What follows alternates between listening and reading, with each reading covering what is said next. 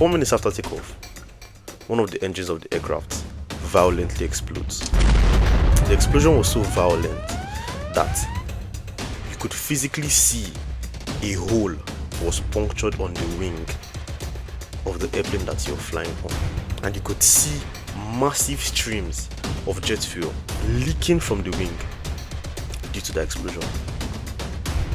Yet the pilots were able to bring the aircraft down. This is one of the finest examples of crew airmanship, the finest example that proves to us that in this day and age there's a lot of automation, but human pilots are not going anywhere. Even the ECAM that is designed to guide pilots through emergencies, it was overwhelmed. It didn't know what to do because of the chain of events. This is the story of QF-32, a charter flight heading from Singapore to Sydney. Stay tuned. It was the 4th of November 2010. The flight originally started from London and was supposed to head toward Sydney with a layover in Singapore. The first stage of the flight from London to Singapore was uneventful. The flight landed, did the usuals, got ready, and loaded about 469 passengers on board. 29 crew members, 440 passengers. The aircraft in question today was very young. She was very young. She was about 2 years old, but she was flown by a really, really experienced crew. The captain in question today was Captain Richard de Crespinigi. Sorry if I butchered the name. He had over 3 decades of flying experience. The flight crew loaded up the passengers and the fuel and all the other things they needed, and they were ready for the second leg of their journey from Singapore to Sydney. Now at about 9:56 local time, they barreled down the runway and they took off. 4 minutes into the flight, 4 minutes at about 7,000 feet, a loud bang was heard in the cabin. Engine 2 had exploded. A loud, violent bang that sent vibrations all throughout the cockpit, or all throughout the cabin. This startled everyone, most especially the crew members. There's just been a loud bang. What caused that? What's the problem? What was that loud bang? So instinctively they were drawn to their instruments to see, and immediately they could notice that engine number 2 was going down. The readings from engine number 2 was going down. So it occurred to them, okay, something that whoever just went wrong now definitely has to do with engine number 2. At the same time, engine number 1, which is the engine sitting beside engine number 2, also went into a degraded mode. So whatever just happened, it completely affected engine number 2. Maybe engine number 2 was the source. This is from the crew's point of view, from what they can see from their instruments. Engine number 2 is the one with the problem, and engine number 1 had gone into a degraded mode because it had probably just suffered some sort of damage from whatever happened to engine number 2, but it was still running. It was not in a reliable state. What they didn't know was that the explosion from engine number 2, the shrapnel that came out, the debris that was expelled from that explosion, caused so much catastrophe. So they know they've just had an engine failure and engine 1 has been somewhat affected. So this is, somewhat of an emergency. They can't continue the flights, and they knew about this. So they had to go ahead and assess the damage, you understand? So they looked at their ECAM, which is the Electronic Centralized Aircraft Monitoring. So this system is the equivalent of your car's dashboard that lets you know, okay, if there's something wrong with the brake, something wrong with the tire, all of that. In this case, in the aircraft, it is connected to a bunch of sensors around the aircraft that lets the pilots know in real time if there is something wrong with any system. Oh, there's something wrong with the wing, something wrong with the engine, something wrong with basically around the aircraft. So it helps them check all this and it informs them if there's any current problem. So they looked at their ECAM, and their ECAM literally flooded them with an array of messages, and they were a bit taken aback because it just shows that engine number 2 had just shut down. So why are we getting over 50 messages that are not relating to engine number 2? Messages like the fuel transfer system, the fire extinguishing system in the aircraft is faulty, the brake system is faulty, which is like for them to land, You understand? The flight control surfaces, the system that help control the flight control surfaces, flaps, slats, they are faulty. These systems have nothing to do with the engines. The landing gears have issues. This system have nothing to do with the engine. So if the engine shuts down, then these are systems that are independent. The hydraulic system that help control the surfaces, or like the control surfaces of the aircraft, they were affected as well. And the pilots didn't understand the skill of, or it didn't make sense to them what was happening. Why all these extra errors for just an engine failure? This is not normal. What had actually happened was that the explosion that happened on engine number 2, the shrapnels and debris that were expelled from the explosion had punctured the body of the aircraft and the wings. Now these engines, they sit under the wing of the aircraft. So the explosion happened in such a way that the explosion happened and the shrapnels and debris punctured the body of the aircraft. Now these aircraft are those big giant computers. There's tons and tons of electrical wiring all over them, and unfortunately some of the shrapnel and debris from the explosion punctured the fuselage and ripped over 100 electrical wires that's connecting the sensors of these planes and some of these systems together. It was a disaster. It ruptured so many electrical wirings, and apart from the electrical wirings, some part of the shrapnel also punctured the wing. You could physically see a hole in the wing. Passengers could see a hole in the wing. And guess what happened when you puncture the wing of an airplane? Fuel starts gushing out, because the fuel of the aircraft are stored in the wings. Fuel starts gushing out. Mind you, all of these things are unknown to the pilots. They're just finding out about it by looking through the ECAM. It's that, okay, why are all these systems malfunctioning? They don't know that this explosion or this loud bang was as a result of an explosion that sent shrapnel ripping through electrical wiring in their aircraft. So they decided as a crew that this is not something that there's no checklist for this. There's no proper way, there's no proper guide for this, because this has never been recorded. Like, you don't go through a flight and have this many issues. So they decided to prioritize the most critical of issues and started debugging through them.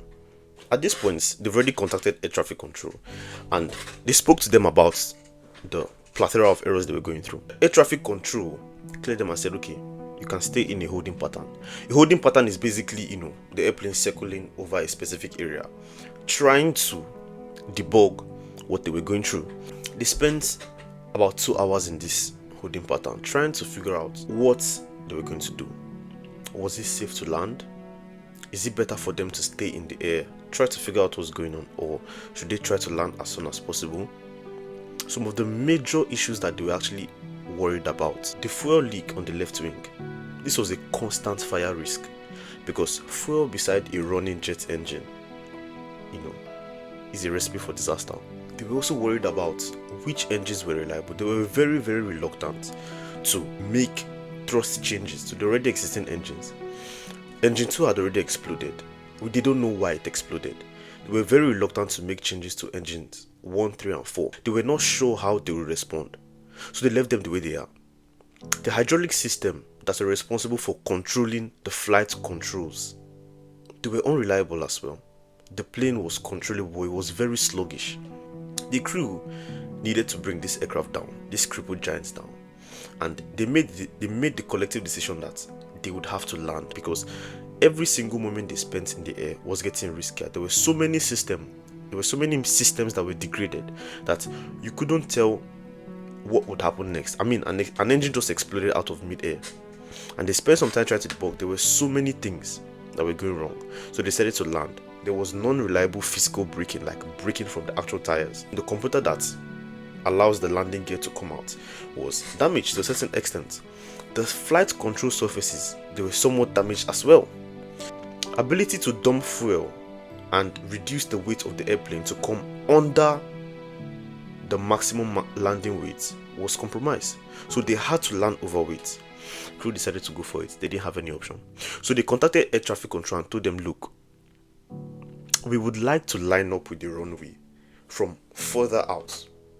So usually when a plane is coming in to land, it starts lining up in the runway is basically align yourself with the runway and then go down to land. So they decided to line up further back, about 20 miles far back, to give themselves enough time to slowly bring this plane down. In this case, autopilot has been disconnected since time ago. They were flying manually. The captain took charge based on the crew resource management and started coming into the runway. Remember that I said that there was an issue that has to do with the computer that brings down the landing gear? So there's a bypass system, there's an alternate system here.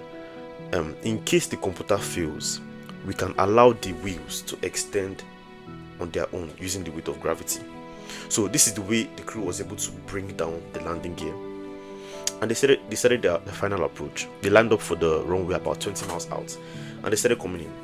At this point, ground crew had already been informed about the potential of a gear issue, because they were landing overweight. And I told you, when you land overweight, there's a risk of the gears collapsing because you're just landing more than what they are designed to handle. So the fire crew was on standby, you understand, getting ready to chase this plane the moment it lands so that they can start extinguishing any fire that comes. So the plane started coming in. So at about 11:45 a.m., the aircraft touched down. The moment the aircraft touched down, the captain slammed on the brakes. I mean, floored the entire thing. And the aircraft, kept going down the runway. Reverse thrusts were activated for the remaining 2 engines, and it also helps, in the process of trying to slow the airplane down. The plane kept going. The pilots kept hammering on the brakes. The plane kept going, and it started slowing down. Finally, the airplane came to a stop with about 400 to 500 meters left in the runway. Even after the airplane came to a stop, the next best thing was evacuation. But in this moment, the passengers on the crew were in more danger than they were throughout this whole flight. This is because, remember I said to you, there was fuel leaking from the left-hand wing, and the pilot had just slammed on the brakes. These brakes were red piping hot, about 900 degrees, and you had jet fuel leaking from the wings. If they came into contact, it would have been a different story entirely. So the pilots looked at this and they said, you know what, the best place right now, we can't afford an evacuation. The safest place for everyone is inside this airplane. So the crew decided not to evacuate. The firefighting team came in and they were able to spray fire repellent foam on the brakes to cool them down, also coat them, prevent them from coming in contact with the fuel. But there was still one more thing that was happening. The crew couldn't carry out an evacuation. Why? Because the firefighters reported to the captain that engine 1 was still running. Could you please shut it down? Remember I told you that the moment the plane landed, the pilot shut down all engines. The explosion from the engine number 2 earlier in the flight damaged one of the controls to the engine number 1. So the crew tried everything to shut this engine down manually. The engine did not shut down. The engine kept going, and fuel was still leaking. So the crew ultimately decided, look, you know what? Engine number 1 is on the left hand side. We're going to initiate evacuation from the right hand side. So they started evacuating passengers, and they successfully evacuated everyone. The right engine number 1 reportedly continued running for 3 hours after landing, until the fighting team drowned the engine with fire repellent foam. They just poured fire repellent foam in there until it drowned, and the engine came to a stop. So what caused this incident? Investigation showed that inside these engines that were used by this family of A380s, there's an oil pipe, and that oil pipe had a manufacturing defect. This manufacturing defect caused the oil pipe to fracture over extensive use or over time, and the fracture led to oil leaking. The temperatures inside the jet engines are very, very high, so once there was oil leak, there was an ignition, and the ignition weakened the turbine disc inside the engine, causing that violent explosion. The turbine disc was rotating at a very high speed. Once it weakened it couldn't sustain the speed was rotating at, and it shot out of the engine casing. Because of that, globally, all A380 fleets were grounded. This particular jumbo giant, she was grounded all around the world. And there was a major redesign component, because it's Rolls-Royce that designed these engines. There was a major redesign component and inspection procedures that went into all the A380 engines around the world. This beautiful aircraft made a wonderful recovery and returned back into service, although it came at a high price, about $140 something million for the repair costs. But she was back in and she was flying. I think till this day she should still be flying. This case was something that had never, because pilots go through simulations of emergencies very often, which is why pilots are always calm under pressure, because they are always training for these simulations. But in a situation where even the system that was designed to guide you became overwhelmed, what do? The crew literally ignored the checklists. The electricals connecting the sensors to the flight deck were severed, so you don't have trusty information to work with. So the checklists were redundant. So these people found themselves in a situation whereby they've never trained for, it has never been simulated, and the very system that was given to them to guide them was overwhelmed. But the crew resource management of this team was able to bring this aircraft down to the ground without any casualties. Captain Richard went ahead and wrote a book highlighting the details called QF30, highlighting the details and the decision making of that day on this flight. He was also awarded the Officer of the Order of Australia, an award recognized at the highest national level, for his exceptional leadership during an unprecedented in-flight emergency, sound judgment under extreme system degradations. That point on under extreme system degradation is a big bullet point. Contributing to aviation safety through post-incident analysis and training, he went ahead to write a book and also feed his experience so that other people can learn from it.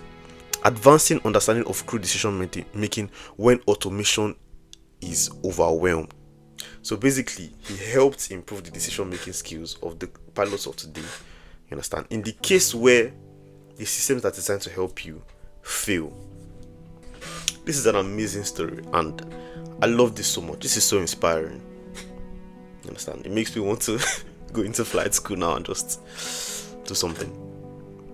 Anyways, if you enjoyed the breakdown of this story, consider leaving a like, dropping a comment on what you think about this story, and subscribe, because we're going to be dropping videos about airplanes, aviation, everything aviation, analyzing crashes, talking about things happening in the industry.